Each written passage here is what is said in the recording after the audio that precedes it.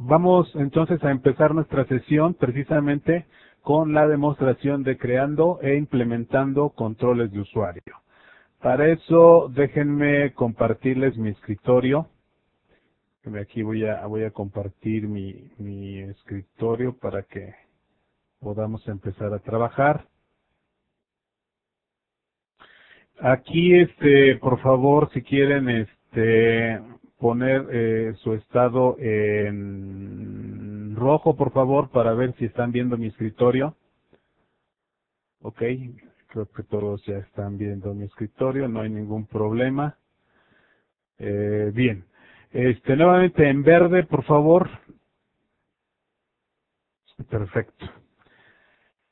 Bueno, pues vamos entonces a empezar con esta demostración. Déjenme aquí abrir mi Visual Studio 2008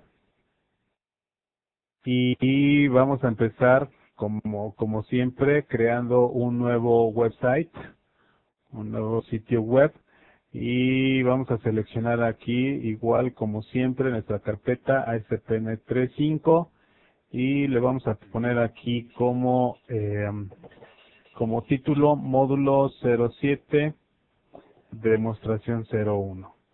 Le voy a dar aquí OK. Y lo que vamos a hacer aquí en este momento es precisamente lo siguiente, fíjense. Vamos a suponer que nosotros queremos desarrollar alguna aplicación. Por ejemplo, voy a irme aquí a modo diseño. Vamos a suponer que yo quisiera, por ejemplo, empezar a crear la interfaz de usuario para una aplicación nueva que voy a desarrollar. Entonces, por ejemplo, yo quisiera aquí insertar una tabla y aquí en esta tabla, por ejemplo, quisiera yo poner, vamos a suponer que quiero 2 renglones y una sola columna, por ejemplo, ¿no? Déjenme ponerle aquí 4 renglones, una sola columna y le voy a dar OK. Entonces, aquí, por ejemplo, en el primer renglón, pues yo quisiera, por ejemplo, agregarle aquí el logotipo de mi empresa. Vamos a suponer, por ejemplo, déjenme descargar un logotipo de aquí de la comunidad de Puebla. Por aquí a ver si tengo acceso aquí al portal. Déjenme aquí copiar este logotipo, le voy a dar Save Picture As y le voy a decir que lo guarde aquí en el escritorio, le digo salvar, ¿no? Entonces, yo quisiera entonces que esa imagen, déjenme aquí entonces, yo quiero agregar aquí un nuevo elemento, quiero agregar mis imágenes, pero bueno, para ser ordenado, déjenme aquí crear un nuevo folder llamado imágenes y ahí voy a poner todas mis imágenes que necesito. Le digo agregar un elemento existente, le digo que lo tengo en el escritorio, Puebla 4, ¿no? Entonces, de aquí yo puedo utilizar, por ejemplo, este control image. Este control image lo que hace es precisamente permitirnos asignarle una imagen, ¿verdad? Yo le voy a picar aquí a sus propiedades, voy a seleccionar y aquí ya tengo yo el logotipo de mi empresa, ¿no? Yo de aquí, por ejemplo, le puedo decir que alinee hacia el centro y entonces ahí estoy alineando aquí mi imagen. Entonces el logotipo de la empresa, luego quisiera yo, por ejemplo, aquí un label y, por ejemplo, quisiera yo, aquí ponerle su texto, sistema de tarjetas virtuales de presentación, por ejemplo, ¿no? Que por cierto, nadie envió su propuesta. De la sesión pasada les pedí que me enviaran una propuesta de diseño de página, probablemente nadie tuvo tiempo, probablemente a nadie le interesó hacerlo. Entonces, vamos a pensar en otro ejemplo más sencillo para no llevarnos mucho tiempo en hacer algo ya más real y simplemente lo vamos a dejar en puras demostraciones. Bien, yo aquí le puedo, bueno, poner el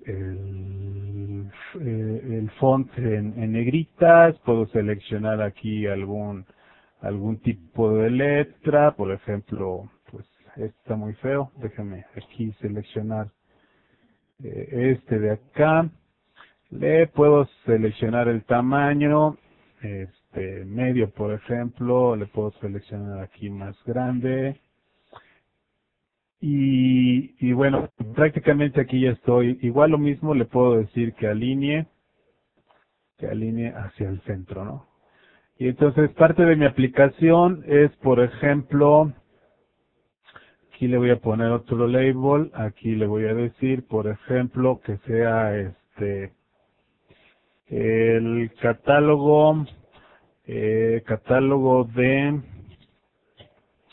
por ejemplo, vamos a suponer catálogo de empresas, ¿no? Pues aquí es donde se van a registrar nuestras empresas en esta página. Y bueno, lo mismo voy a centrar aquí en mi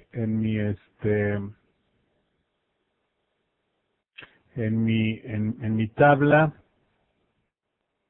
Aquí le voy a decir lo mismo, le voy a poner aquí, por ejemplo, eh, su font en negritas. Aquí lo mismo, voy a seleccionar un font. Le voy a poner, por ejemplo, Segoe UI. Y el tamaño, bueno, déjeme ponérselo un poquito más pequeño. Ahí está, ¿no? El catálogo de empresas. Y bueno, pues prácticamente aquí ya tengo yo listo mi página. Y bueno, la parte interesante, les comentaba yo, los controles de usuario se parecen, o bueno, existían antes de las Master Page y después con las Master Page prácticamente ya nada más, casi nos estamos ya perdiendo el uso de los controles de usuario. Eh, a ver, aquí me están comentando que no me escuchan, entonces, si pudieran por favor ponerse en amarillo si me están escuchando, en amarillo,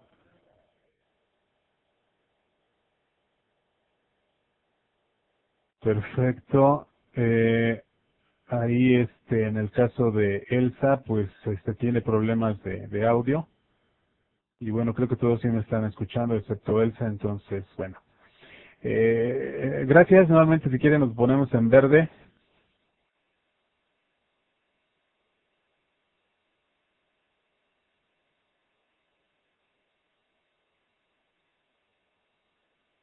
Perfecto. Entonces, yo aquí ya tengo mi controlcito. Los controles bueno, más bien aquí ya tengo mi pedazo de página, ¿verdad? Si yo me voy aquí a modo source, veo que ya tengo aquí yo mi tabla, ¿sí? Donde tengo yo la información correspondiente y todo, ¿no? Yo, por ejemplo, aquí podría hacer anteriormente, por ejemplo, yo aquí ya le podría poner cualquier código aquí a mi página, por ejemplo, aquí le puedo poner igualmente algún texto ya muy personal, por ejemplo, eh, mantenimiento de datos de empresas, por ejemplo, ¿no? Entonces, aquí, mantenimiento de datos de empresas, y bueno, ya le puedo poner aquí cada uno de los controles, etcétera, todo lo que yo quisiera hacer, ¿no? Resulta ser, por ejemplo, que yo quisiera, pues crear otra página. Uno de los datos que habíamos mostrado, a ver, déjenme si quieren aquí, Déjenme agregar aquí un label, aquí voy a agregar un textbox, ¿no? Entonces la idea aquí es que esta paginita me va a presentar precisamente la información de las empresas. Aquí, por ejemplo, le vamos a poner el nombre, y aquí donde se va a dar el nombre, ¿no? Aquí la dirección, por ejemplo, igual aquí yo puedo agregar un textbox, ¿no? Entonces vamos a suponer que así estoy construyendo mi página. Resulta ser, por ejemplo, bueno, yo aquí lo salvo, resulta ser, por ejemplo, que ahora quiero yo un nuevo elemento, ¿no? Este nuevo elemento es una web form y como por ahí uno de los datos que voy a leer son los países, digamos, a los que pertenece esa empresa o el país donde se ubica esa empresa, entonces yo quisiera tener aquí una página que me permita dar mantenimiento a los países precisamente. Entonces yo aquí le puedo poner, por ejemplo, que quiero una página de países, pero resulta ser que yo quisiera también tener el mismo encabezado que tiene esta página. Esto es prácticamente lo que me interesa, es el logotipo, es este título, por ejemplo, ¿no? Esos dos datos. Eso lo quiero repetir en cada una de las demás páginas, ¿no? Entonces, lo que yo podría hacer, déjeme sacar este título para hacerlo más fácil. Déjeme poner esto acá. Déjeme aquí eliminar este renglón y solamente me quedaría de esta forma, ¿no? Entonces yo quisiera aquí que este título y este logotipo, así como están centrados, negritas y todo el rollo, ¿verdad? Que también se repitiera aquí en países, ¿no? Algo así como mi encabezado. Entonces, antes de que existieran las master pages, pues nosotros ya contábamos con estos controles. Lo que yo voy a hacer aquí es entonces, como esto se tiene que repetir, ¿sí? Así como existen los textbox, así como existen los labels, así como existen cualquiera otro controles, también yo puedo crear mis propios controles. Estos controles, estos controles de usuario, bueno, podemos nosotros crear controles y encapsularlos en DLL. Este tipo de controles se pueden reutilizar en otras aplicaciones. Este tipo de controles que puedo yo encapsular en archivos DLL y que lo use en otras aplicaciones sin necesidad de darle mi código fuente, son los que se conocen como controles web personalizados o en inglés Custom Web Control. Existen otro tipo de controles, los normalmente llamados user controls o controles de usuario, así a secas, que son, a final de cuentas, archivos HTML que pueden ser reutilizados en la misma aplicación. Pero si yo quisiera utilizar ese mismo control en otra aplicación, lo que yo tendría que hacer es copiar ese archivo HTML, ¿sí? Hacia la otra aplicación. A diferencia de los Web Custom Control, que yo los puedo compilar y dar únicamente mi DLL y el código fuente no, en el caso de los User Control o los controles de usuario, aquí si yo quisiera reutilizar uno de esos controles, sí lo debo de enviar su código fuente, copiarlo hacia la otra aplicación, ¿no? Entonces, para agregar un control de usuario, bueno, pues es tan sencillo como decirle aquí a Visual Studio que queremos agregar un nuevo elemento y de aquí de toda la lista de controles, ¿verdad? Nosotros vamos a seleccionar a los Web User Control, que es este elemento. Los Web User Control tienen la extensión ASCX, como vemos acá. Entonces, por ejemplo, yo podría crear aquí un control de usuario, sí, que se llame encabezado, ajá. Vean cómo también tiene la opción de, bueno, más bien tiene un archivo de código y tiene la opción de que lo codifiquemos al estilo Code Behind, como las mismas páginas ASPX. Casi se parecen en el sentido de que tienen código también C# o código Visual Basic, dependiendo de lo que nosotros seleccionemos. Entonces aquí tengo encabezado SCX, le voy a dar a agregar. Y vamos a ver el código. Vean aquí, déjenme cerrar más estas ventanas para que podamos observar bien. Nosotros aquí lo que tenemos prácticamente, bueno, tenemos la directiva, en lugar de @page, tenemos @control.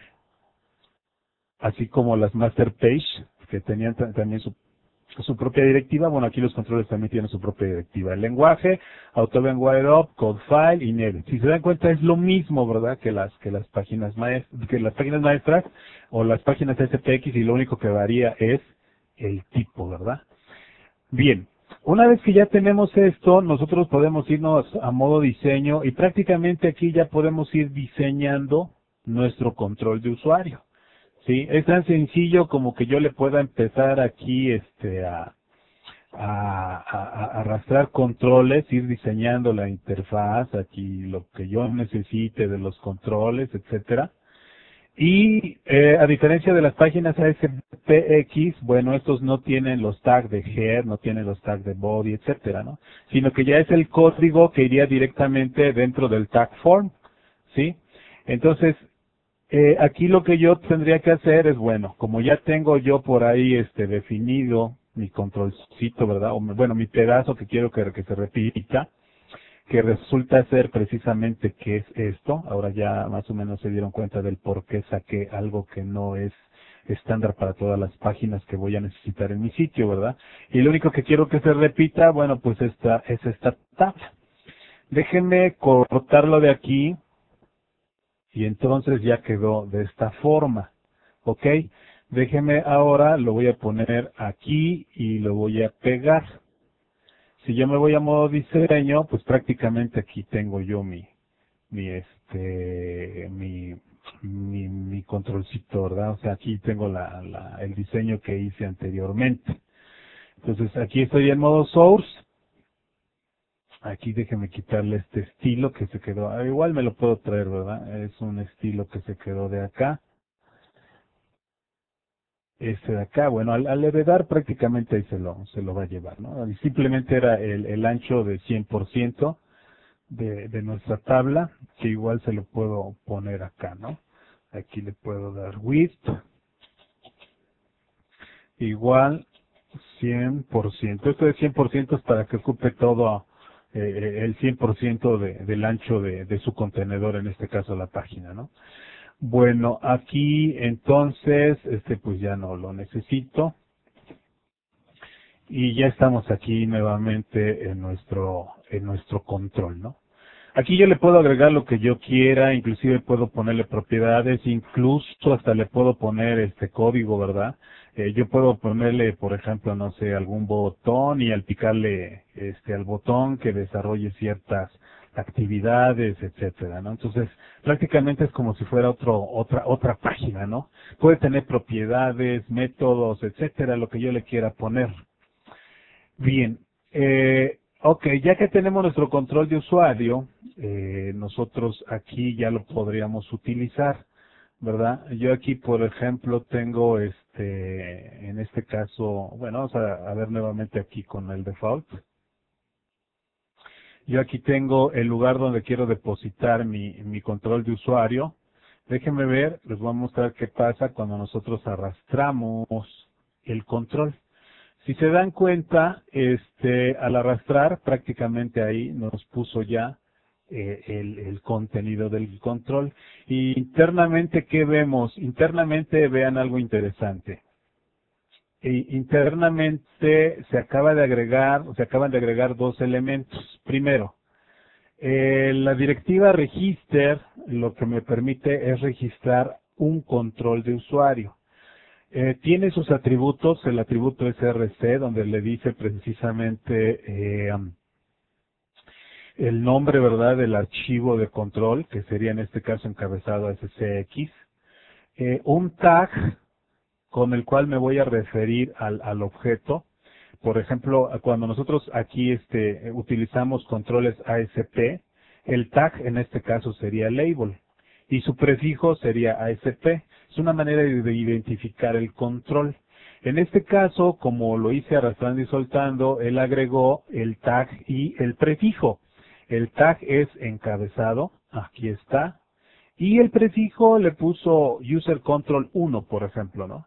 Entonces, esto, pues le puedo identificar aquí, le puedo poner MMS, por ejemplo, y aquí ponerle también más personalizado, ¿no? Entonces, son dos entradas las que se agregaron, esta y, y esta para agregar nuestro control.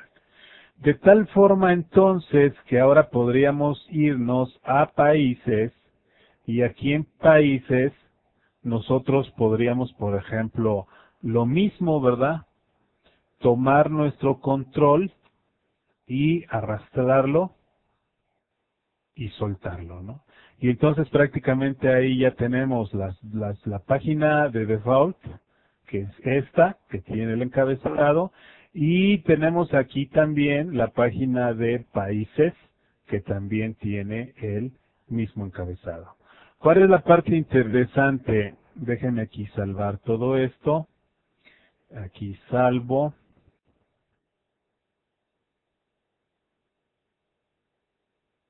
Y lo que voy a hacer a continuación es, por ejemplo, tomar encabezado a SCX y, por ejemplo, puede suceder ahora que el logotipo cambie o que, por ejemplo, algo aquí en el control cambie, ¿verdad? Entonces, aquí, por ejemplo, le puedo decir, vamos a suponer que yo quisiera ahora aquí agregarle un label, estoy haciendo aquí cambios a mi control. Le voy a decir, por ejemplo, propiedades, le voy a decir aquí texto, no sé, cualquier cosa le voy a poner aquí, ¿no? Bienvenido, ¿no? Le voy a poner aquí su font, bold, por ejemplo, y listo, ¿no? Lo voy a salvar y ahora, por ejemplo, voy a abrir default y la parte interesante, como podrán notar, es que tan solo por el haber modificado el encabezado, todas las páginas que estén utilizando ese control, pues ya van a aparecer modificadas, ¿no? Que realmente pues están representando el control, ¿no? Entonces, esto me evita, por ejemplo, a lo mejor si yo lo hago en una página y otra y otra y otra y de repente me dicen, pues tienes que cambiarle ahora el título, para no estarlo haciendo página por página, entonces creo yo un control de usuario, ¿sí? Y ese control de usuario, lo modifico, lo utilizo en todas las páginas que lo necesite, y si hay necesidad de modificar, simplemente modifico el control, ¿no? ¿Sí? Este control de usuario, pues a diferencia de las páginas maestras, ¿verdad? Que sirven como plantilla, prácticamente las master pages, los controles de usuario sirven como pedazos de página más bien, ¿sí? Como pedazos de página que nosotros podemos ubicar en cualquier parte de nuestra aplicación, ¿sí? Entonces es algo interesante y les digo, por ejemplo, si nosotros queremos reutilizar, si queremos reutilizar nuestro código, aquí nuestro control SCX, en la misma aplicación, pues basta con que simplemente lo agreguemos, ¿verdad? Y automáticamente ya lo tenemos ahí listo, ¿no? Pero si yo quisiera utilizar este mismo control en otras páginas, lo que debo de hacer es copiar ese archivo, el encabezado, lo tengo que copiar hacia el nuevo proyecto. ¿Ok? Entonces, bueno, pues prácticamente aquí lo que vimos así de sencillo en este tema, en este módulo 7, fue el uso de controles de usuario, ¿no? Nuevamente, hay mucho todavía por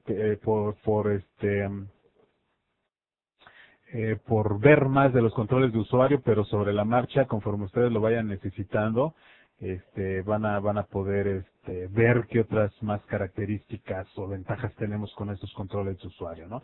Entonces, con esto que les acabo de mostrar, prácticamente ya tienen lo básico como para que puedan utilizar, para que puedan crear controles de usuario, ¿no? Y bueno, pues ya es de cada quien que le dé la utilidad que requiera. ¿Ok?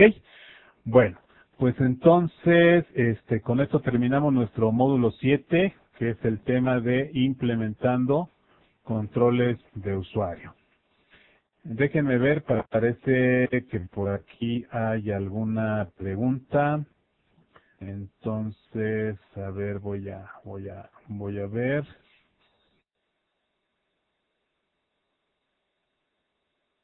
Ok, parece que no hay preguntas. Más bien nos estaban comentando que había problemas de audio. Bueno, entonces, la siguiente lección que nosotros vamos a ver aquí también en este día es la parte de acceso a datos con Microsoft ADO.NET y Visual Studio 2008. Este es un tema interesante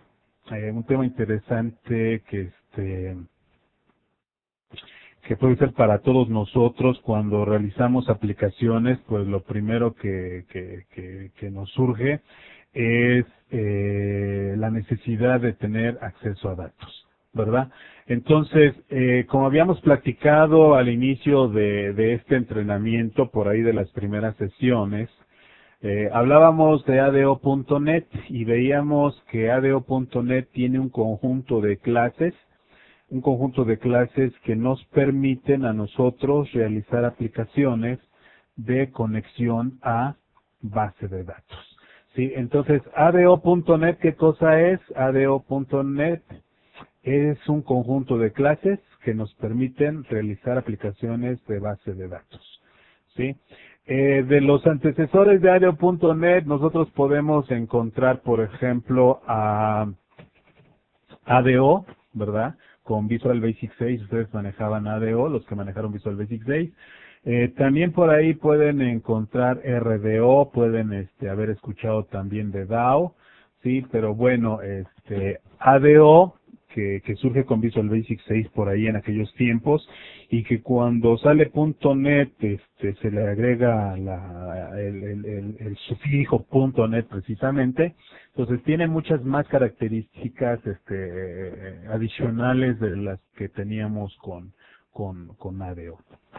Entonces hay varios elementos que componen las clases de ADO y que las vamos a ir mostrando en la siguiente demostración. Nuevamente aquí déjenme compartir mi escritorio.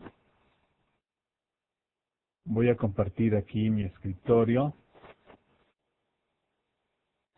Y vamos aquí a Visual Studio 2008 y déjenme ahora crear un nuevo sitio web. Déjenme hacer lo siguiente. Alguno de ustedes por ahí me decía que le gustaría ver cómo es el desarrollo de aplicaciones utilizando la metodología de capas, ¿verdad? Entonces yo le comentaba que sí lo íbamos a ver y bueno, creo que ha llegado el momento para trabajar con este asunto, ¿no?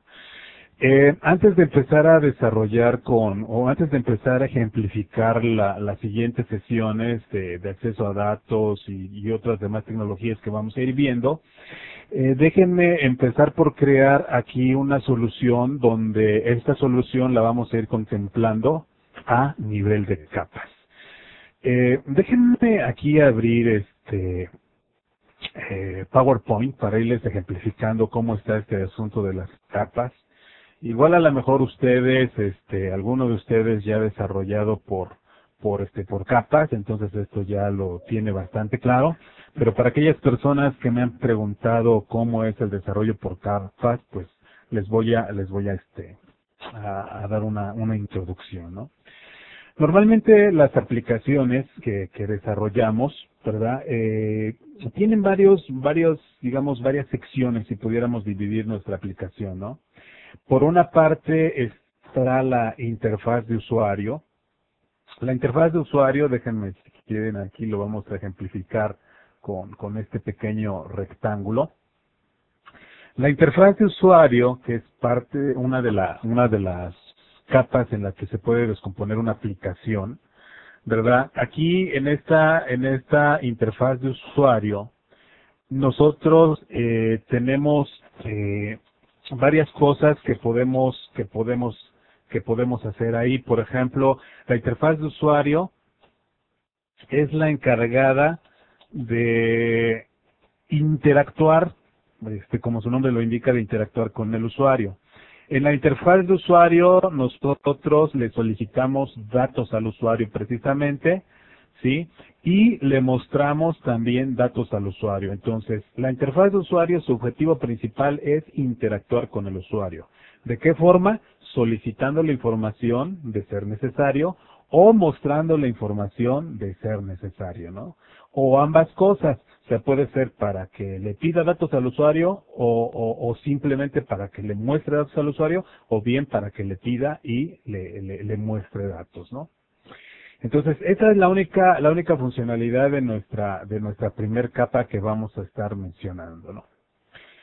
Luego, nosotros podemos tener aquí otra capa.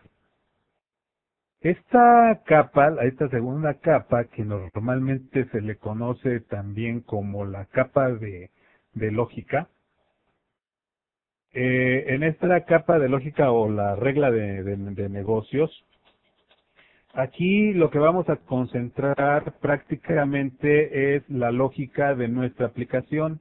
Aquí vamos a poder hacer validaciones, prácticamente es la parte pensante, ¿no? O sea, los datos que el usuario le proporcione a la interfaz de usuario, estos datos se los va a enviar a la capa de lógica, la capa de lógica los va a procesar, va a realizar ciertas validaciones, etcétera, ¿no? Por ejemplo, imagínense ustedes en la interfaz de usuario que queremos realizar le queremos pedir al usuario que nos dé sus datos, ¿verdad? Esto es su usuario y su password, ¿no? Pues la interfaz de usuario cumple con solicitarle estos dos datos, usuario y password, al usuario de la aplicación. ¿Para qué se los pide? La interfaz de usuario no sabe. ¿Quién va a saber? El que va a saber es la capa de lógica. La capa de lógica, por ejemplo, va a tomar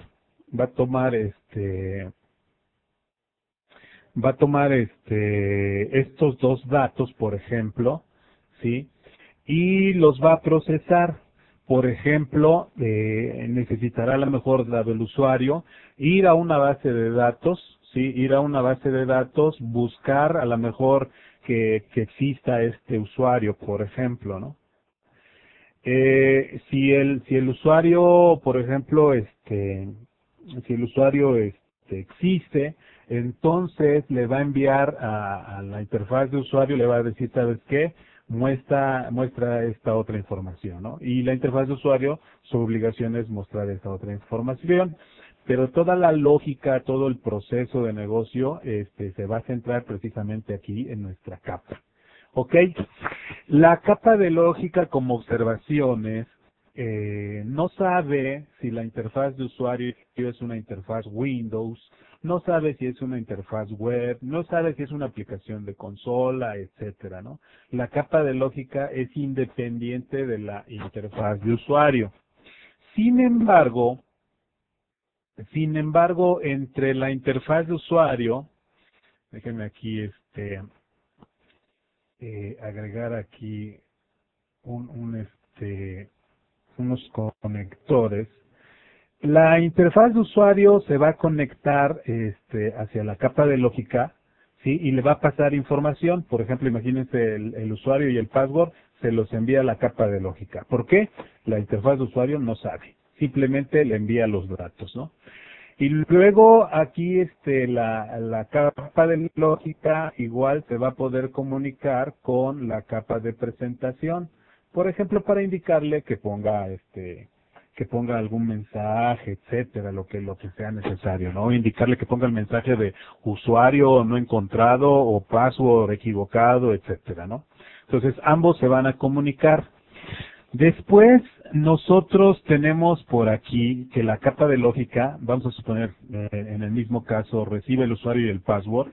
Ahora la capa de lógica lo que tiene que hacer es a lo mejor ir a la base de datos, ¿verdad? Ir a la base de datos y traerse el password del usuario que le están dando desde la interfase de usuario. Entonces, la capa de datos es la responsable precisamente de ir a la base de datos y obtener la información. Nuevamente, la capa de datos no sabe para qué le están pidiendo esos datos, ¿no? Imagínense, a la capa de datos le dicen, capa de datos, dame el password de este usuario. La capa de datos, sin preguntar, oye, ¿para qué quieres este usuario, no? ¿Para qué quieres su password? O sea, no le interesa, simplemente cumple con ir por los datos. O incluso cuando damos de alta a un nuevo usuario, le decimos a la capa de datos, agrégate este nuevo usuario, ¿no? La capa de datos no pregunta por qué, simplemente obedece, ¿ok? Entonces, abajo de la capa de lógica, nosotros tenemos la capa de acceso a datos, ¿ok? Entonces, aquí tenemos nosotros la capa de acceso a datos. La función principal de la capa de acceso a datos es la de recibir órdenes, ¿verdad? Recibir órdenes de la capa de lógica y también su función es proporcionarle la información. Entonces igual tenemos aquí nosotros el caminito, ¿verdad? O sea, tenemos aquí que la capa de lógica le pide y la capa de acceso a datos le proporciona la información. Si se dan cuenta, la capa de acceso a datos jamás tiene contacto con la interfaz de usuario, ¿no? ¿Sí? El único que tiene contacto con la interfaz de usuario es la capa de lógica. La interfaz de usuario tampoco tiene contacto con la capa de acceso a datos. El único que tiene contacto, bueno, es la capa de lógica, como que está aquí en medio, ¿no? ¿Cómo podemos entender este diagrama? La capa de lógica utiliza a la capa de acceso a datos. La interfase de usuario utiliza a la capa de lógica. ¿Sale? Entonces, algo así como los sirvientes, ¿verdad? Este es el jefe y le pide a que a su vez le pide a esto, ¿no? Por último, nosotros podemos ahora ya tener, por ejemplo, déjenme aquí ponerles cómo representaremos una base de datos, este tamborcito, ¿no? Aquí tenemos entonces nuestra base de datos, ¿sí? Hasta el final. Aquí están precisamente los datos, ¿ok? Entonces, esto puede ser, por ejemplo, un SQL, puede ser un Access, puede ser un Informix, puede ser un Oracle, y que va a ser accedido precisamente por la capa de acceso a datos. Entonces, por acá, por ejemplo, la capa de acceso a datos le va a solicitar información, ¿verdad? Y la capa y el motor de base de datos le va a proporcionar la respuesta, ¿no? Algo bien importante aquí es que la forma en cómo se van a comunicar la capa de acceso a datos y el motor de base de datos es mediante el uso de instrucciones, ¿sí? Instrucciones SQL, ¿sí? Entonces, aquí un primer punto.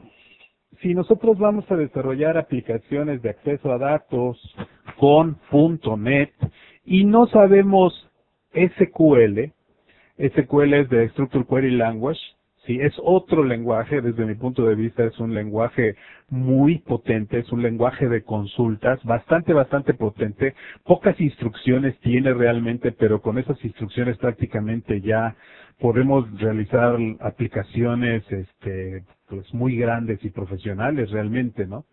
Yo creo Visual Basic o el mismo C Sharp tiene muchas más instrucciones que el mismo SQL, pero con las pocas instrucciones que tenemos con SQL podemos armar todas nuestras aplicaciones de acceso a datos, ¿no?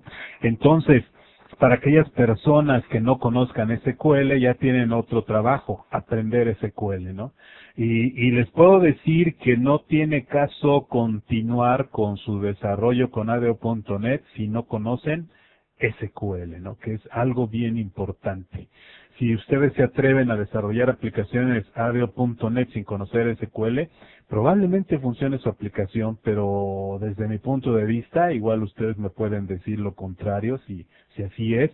Desde mi punto de vista, no sería una aplicación profesional, no sería una aplicación con un buen rendimiento, ¿no? O sea, el desconocer SQL pues es no saber platicar o no saber pedirle datos al motor. Entonces nuestra aplicación no sería lo más eficiente que pudiera ser. Entonces ya tienen una tarea por ahí, aprender el lenguaje SQL. Entonces prácticamente, fíjense, ya tenemos aquí varios niveles. Vamos a suponer nosotros aquí que, por ejemplo, aquí tenemos nosotros en la base de datos una tabla de usuarios, por ejemplo, ¿no? ¿Dónde está su correo, por ejemplo? Vamos a suponer su password, que por cierto el password lo debemos almacenar de forma encriptada, de tal forma que ni el mismo administrador de base de datos pueda ver el password de los usuarios. ¿Sí? Entonces vamos a suponer que tenemos el correo, el password, su nombre, su apellido paterno, su apellido materno, ¿no? Vamos a suponer que hasta ahí nada más tenemos esos datos. En este caso, aquí en la interfaz de usuario, ¿verdad? Déjenme aquí ponerles este aquí otro control. Vamos a suponer aquí que nosotros vamos a solicitar el correo y vamos a solicitar el password del usuario, ¿verdad? Eso es lo que nosotros le solicitamos al usuario, ¿no? Entonces, con ese correo y con ese password se le envía a la capa de lógica y aquí nosotros igual le pasamos la solicitud, por ejemplo, déjenme aquí, por ejemplo, insertar nuevamente aquí un texto para que vayamos viendo. Aquí le puedo decir buscar usuario, ¿no? Entonces yo aquí le digo, ¿sabes qué? Búscame un usuario, le digo a la capa de acceso a datos, ¿no? Y la capa de acceso a datos, sí, la capa de acceso a datos probablemente pues me regrese, ¿verdad? Me regrese, déjeme aquí copiar, déjeme aquí pegar. Probablemente entonces decimos en la capa de acceso a datos le manda una instrucción SQL al motor de base de datos. Por ejemplo, puede ser aquí select asterisco from tras, ¿no? Hacia la tabla que tiene aquí el motor de base de datos, que puede ser, les digo, un SQL, un Access, etcétera, ¿no? Y luego, entonces, aquí le va a regresar los datos obtenidos, en este caso el password, le va a regresar el nombre, por ejemplo, sí, le va a regresar el apellido, paterno, por ejemplo, etcétera, etcétera, etcétera, ¿no? Entonces, todos esos datos, por ejemplo, se los regresa aquí hacia la capa de lógica. La capa de lógica, probablemente aquí, bueno, vamos a suponer igual lo mismo. Aquí podemos nosotros en la interfaz de usuario decirle que la capa de lógica, por ejemplo, le vamos a poner aquí, validar usuario. Entonces, la función aquí de la capa de lógica, bueno, es validar usuario y le pasa los datos, ¿no? Y entonces llega aquí y en la capa de lógica, pues nuestra lógica dice, pues busca al usuario, va por los datos, aquí lanza un select, le regresa a los registros, ¿no? Entonces estos datos se los tiene que pasar a la capa de lógica y en la capa de lógica igual todos estos datos, ¿verdad? Pasan, o sea, van viajando, asumiendo que ya hizo la validación y resulta ser que el usuario sí existe. Entonces aquí vamos a suponer nosotros que en la capa de presentación al usuario se le va a dar un mensaje de bienvenida, ¿no? Bienvenido, fulanito, ¿no? XXX, ¿no? Y entonces prácticamente así sería el flujo de nuestra aplicación. Desde la interfaz de usuario, ¿verdad? Que le pasa los datos a la capa de lógica con el método validar usuario. Luego la capa de lógica le manda a la capa de acceso a datos que busca el usuario. A lo mejor le pasa como datos el nombre nada más, o el correo más bien. Lanza aquí una instrucción SQL, obtiene los resultados y entonces va de regreso toda esta información. Si se dan cuenta, nosotros aquí, por ejemplo, durante todo el ciclo aquí de donde está pasando por las distintas capas, estos datos viajan de la capa de acceso a datos que vienen precisamente desde la base de datos viajan aquí de la capa de acceso a datos, ¿verdad? Se los envía a la capa de lógica y a su vez a lo mejor la capa de lógica se los envía a la interfaz de usuario para que la interfaz de usuario muestre por aquí el nombre, ¿no? Aquí le vamos a ver aquí que represente el nombre, ¿no? Que igual puede representar aquí el apellido paterno y decirle bienvenido Juan Pérez, por ejemplo, ¿no? Entonces, hay programadores que lo que hacen es utilizar métodos y en los métodos le pasan varias variables como por ejemplo la variable para almacenar el correo, la variable para almacenar el password, la variable para almacenar el nombre, la variable para almacenar el apellido. Y esas variables van de regreso de la capa de acceso a datos a la capa de lógica y de la capa de lógica a la capa de presentación, ¿no? Aquí, entonces, esta es una forma, ¿no? Déjenme aquí, ponerle también cómo se conoce esta capa, la capa de presentación. Otra forma de pasar los datos es mediante la creación de entidades, ¿verdad? Esto es, en lugar de que yo le pase correo, password, nombre y apellido, mejor yo le paso o encapsulo todo esto, y ya que estamos trabajando en una programación orientada a objetos, ¿verdad? Entonces yo puedo crear aquí una entidad, ¿verdad? Yo puedo crear aquí una entidad llamada, por ejemplo, usuario.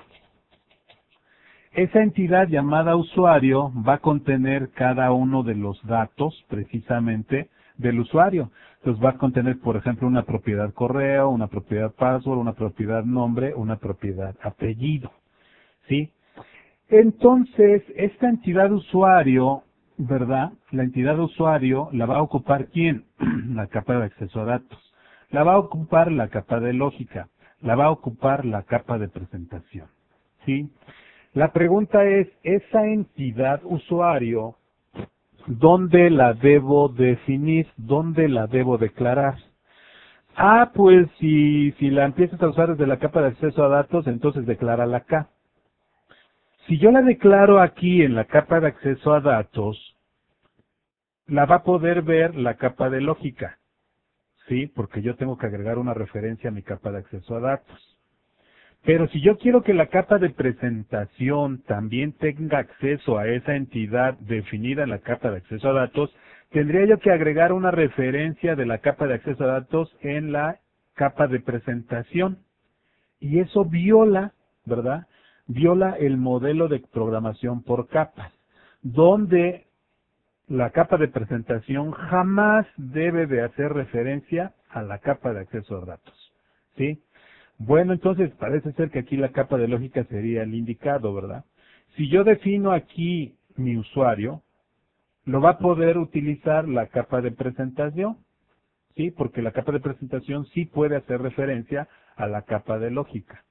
Pero la capa de acceso a datos no va a poder utilizar esta clase usuario porque las reglas de programación dice que la capa de acceso a datos no tiene que hacer referencia ni a la capa de lógica ni a la capa de presentación. Hacen referencia a ella, pero ella no agrega como referencia a las demás capas, ¿no? Entonces se empieza a complicar este asunto. Algunos programadores, yo estoy en esa lista de programadores, lo que hacemos es crear una cuarta capa, ¿sí? Entonces creamos aquí una cuarta capa, que la voy a poner aquí, la voy a poner aquí a un lado. Esta capa, ¿verdad? Donde va a estar definida nuestra clase usuario, ¿sí? La denominamos como una capa común. Entonces déjenme aquí, le voy a poner también su nombre. Esta sería nuestra capa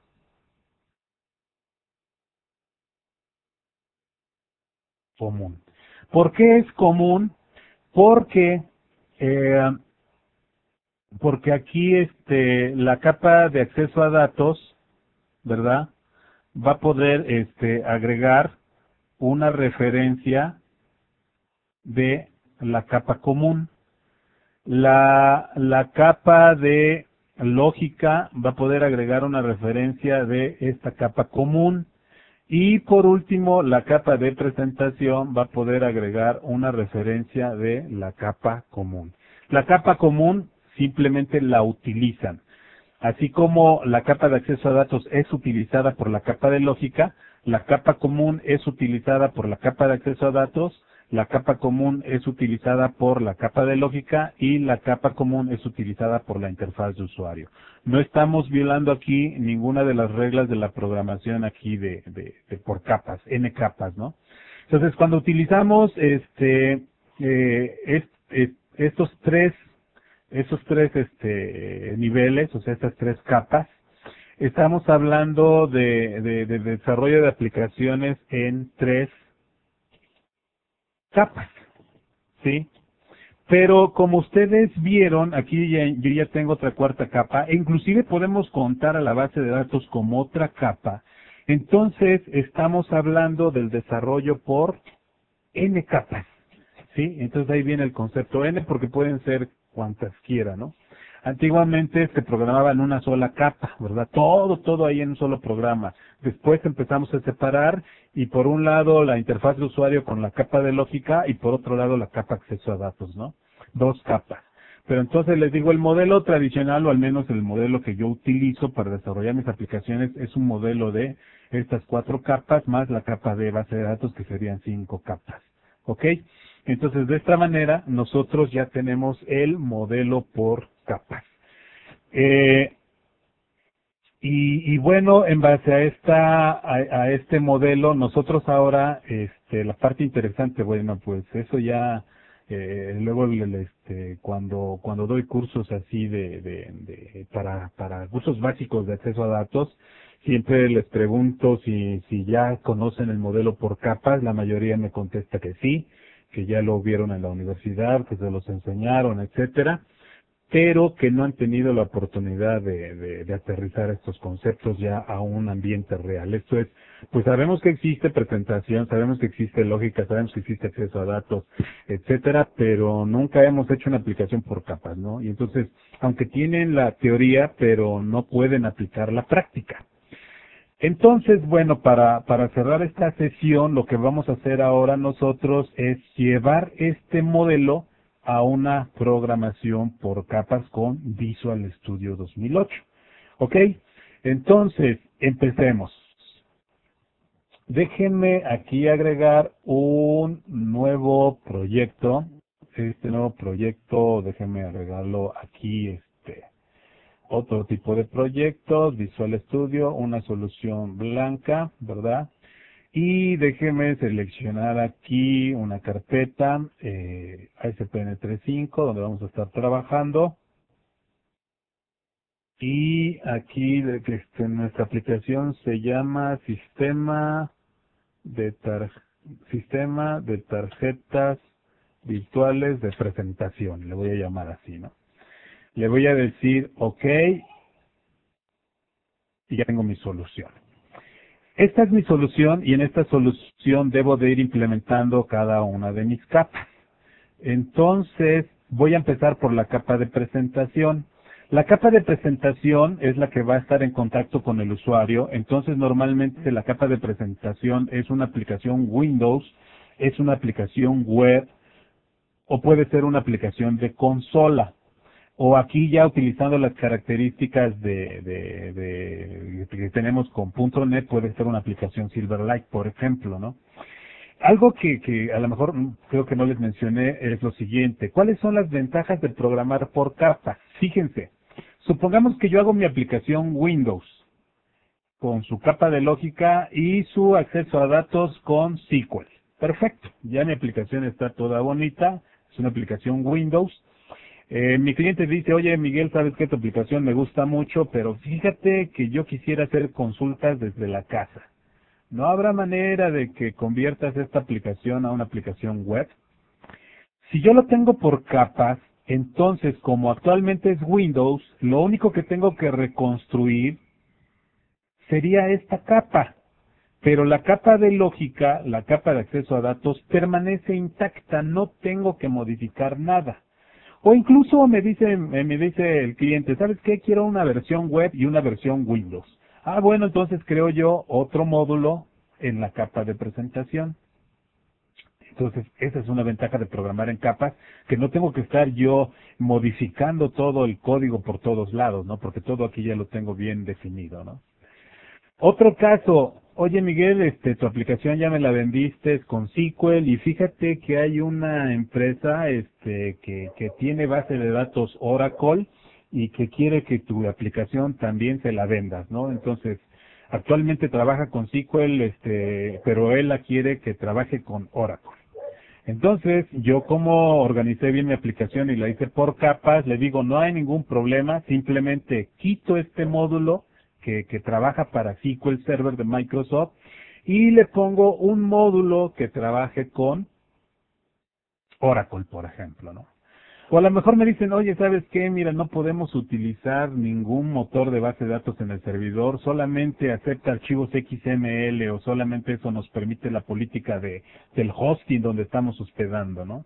Perfecto, no hay ningún problema, quito esta capa, ¿verdad? Que estaba hecha en SQL o en Oracle y ahora la monto para que trabaje todo con XML. Entonces, no tengo que reconstruir ni esta capa ni esta otra capa.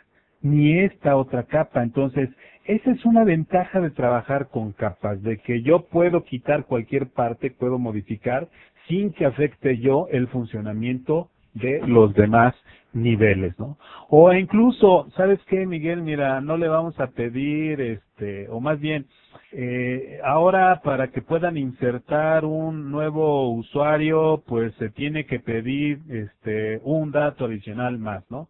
Entonces lo mismo, probablemente entonces yo nada más tenga que modificar la lógica y todo lo demás queda intacto, ¿no? O sea, la manera de cómo se hacen las validaciones, por ejemplo, ¿no? Bueno, vamos a ver entonces cómo va quedando nuestra aplicación por capas. Primero vamos a hacer la de presentación. Y como dijimos, es una aplicación web o es una aplicación Windows y como nuestro curso es de web, entonces vamos a agregar nuestra capa de presentación. Le voy a decir entonces que quiero un nuevo sitio web. Este nuevo sitio web lo vamos a dejar aquí en el sistema de tarjetas virtuales de presentación y le voy a poner, por ejemplo, pues así para que vayamos utilizando los mismos nombres, ¿verdad? Presentación. Es un sitio web, file system, ok, perfecto. Ya tengo mi capa de presentación. Bien. Aquí empezaría yo a diseñar mi programa, etcétera, ¿no? La interfaz de usuario más bien. Bueno, la capa de lógica. La capa de lógica la representamos como archivos DLL. Podemos también representarlas como aplicaciones Communication Foundation. utilizando web services, etcétera, ¿no? Entonces, yo quiero hacerlo así muy sencillo, le voy a decir, ¿sabes qué? Quiero agregar un nuevo proyecto. Este nuevo proyecto va a ser DLL, en otras palabras, un class library, y le voy a poner la capa de lógica. Entonces, vean cómo ya tenemos hasta aquí nuestras dos capas. Bien, ahora vamos por la capa de acceso a datos. Entonces, le voy a decir aquí, quiero un nuevo proyecto de tipo class library, y le voy a llamar, por ejemplo, acceso a datos. Entonces le digo OK y ya tengo yo mi capa de acceso a datos, ¿no? ¿Sale?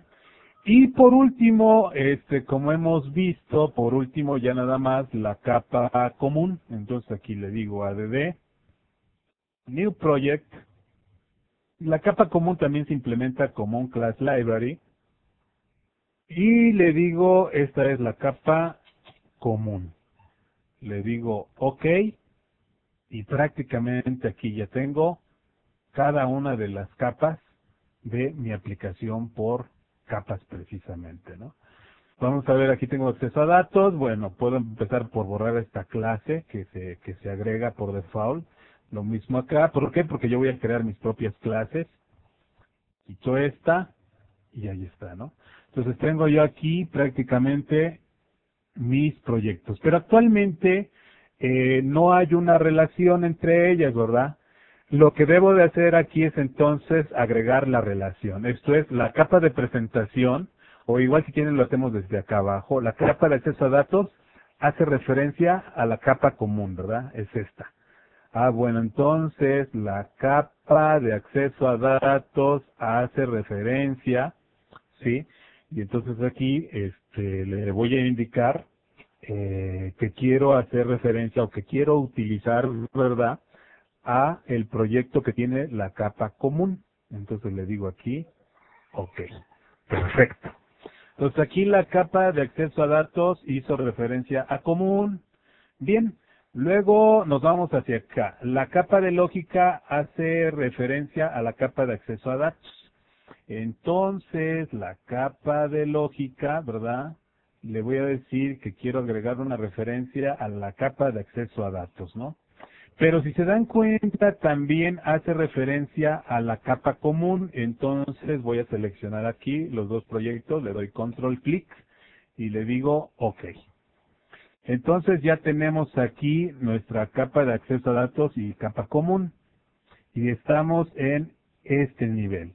Y ya por último voy a decirle que quiero la interfaz de usuario, ¿verdad? La interfaz de usuario, ¿a quién hace referencia? Bueno, estamos aquí, la interfaz de lógica, ahí está, ¿verdad? La interfaz de usuario, que sería esta. Le voy a decir agregar referencia y voy a seleccionar aquí, a ver, me voy a fijar, pues hace referencia a la capa de lógica y a la capa común. Entonces, capa de lógica y capa común. Vean cómo no estoy haciendo referencia a acceso a datos, ¿no? Le digo OK y listo, ¿no? Entonces prácticamente así quedan nuestras referencias. La capa común no agrega referencia a nada. La capa de acceso a datos a la común únicamente. La capa de lógica al acceso de datos y a la común. Y la capa de presentación, ¿sí? La capa de presentación tiene referencia a la capa común y tiene referencia a la capa lógica. Vean cómo la capa de presentación no hace referencia a la capa de acceso a datos, ¿no? Entonces le doy OK. Aquí prácticamente yo ya podría construir mi aplicación, ¿verdad? Mi solución. ¿Qué hace mi solución? Nada, ¿verdad? Que precisamente con los siguientes módulos vamos a ir le vamos a ir dando funcionalidad. Bien, entonces, pues prácticamente aquí,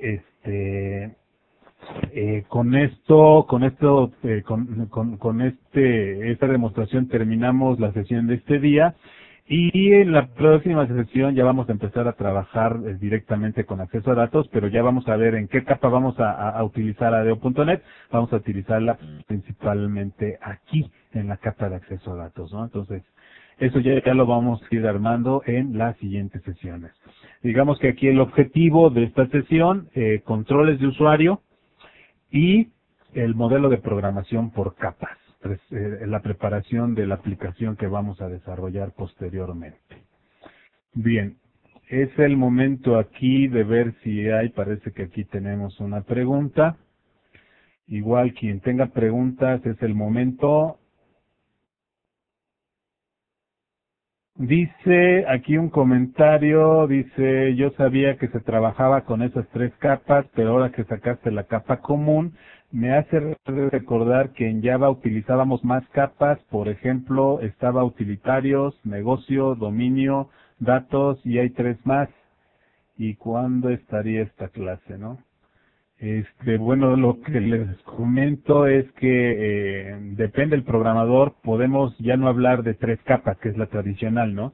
Si cada quien le va a agregar más capas y va a tener X funciones, estas funciones van a depender del que esté programando, ¿verdad? Para qué quiere tantas capas, pero es válido. Por eso es que ya en lugar de hablar de 3, de 4, de 5, simplemente hablamos de desarrollo por N capas, ¿sale?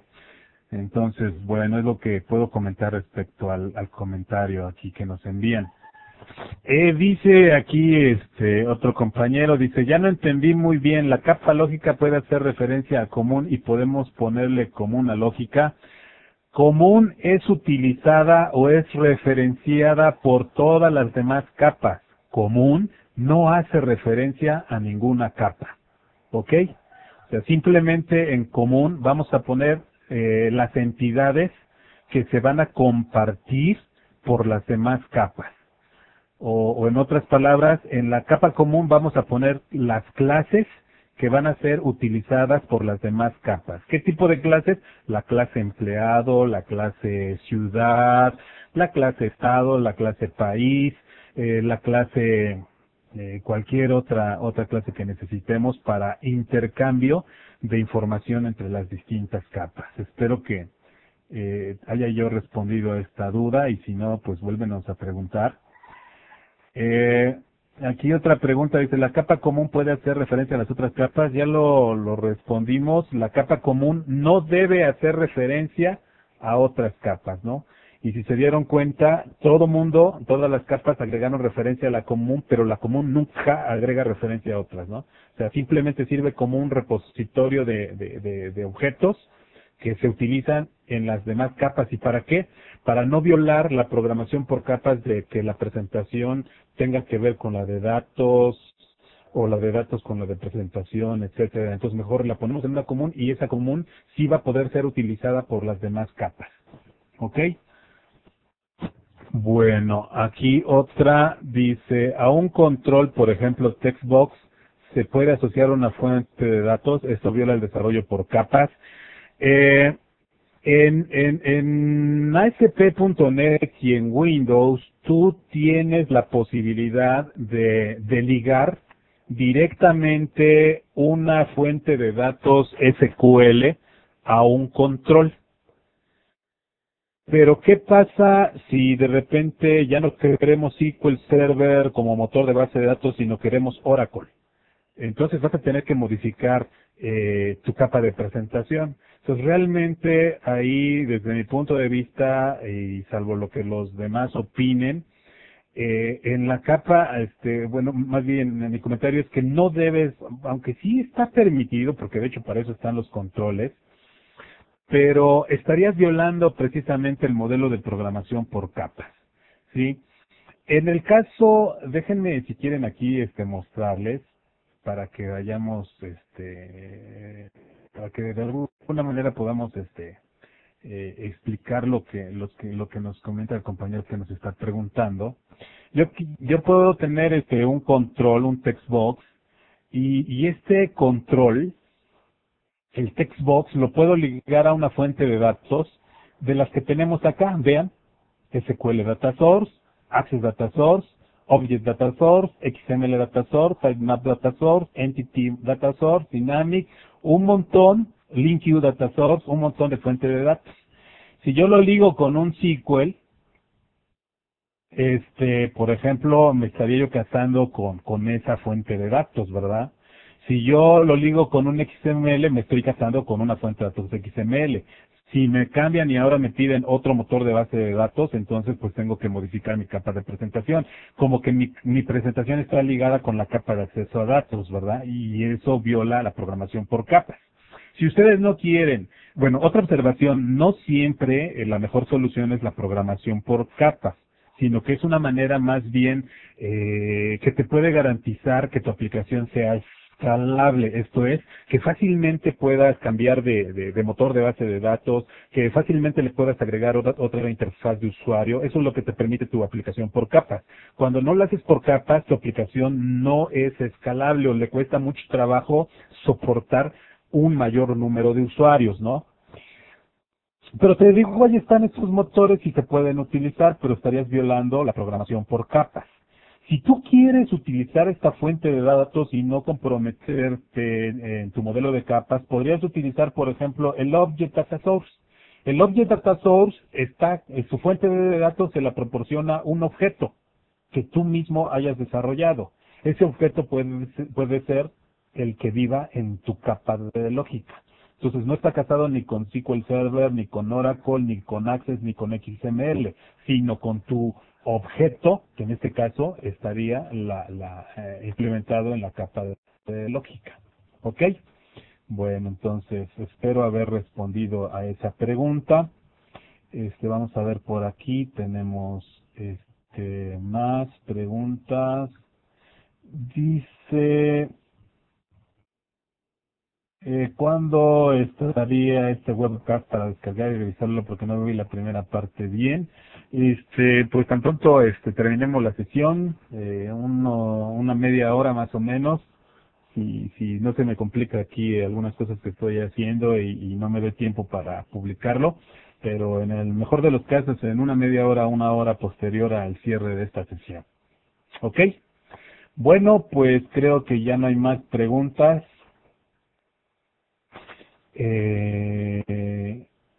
Y bueno, pues entonces nos veríamos por aquí la próxima sesión. Muchas gracias y estamos en contacto.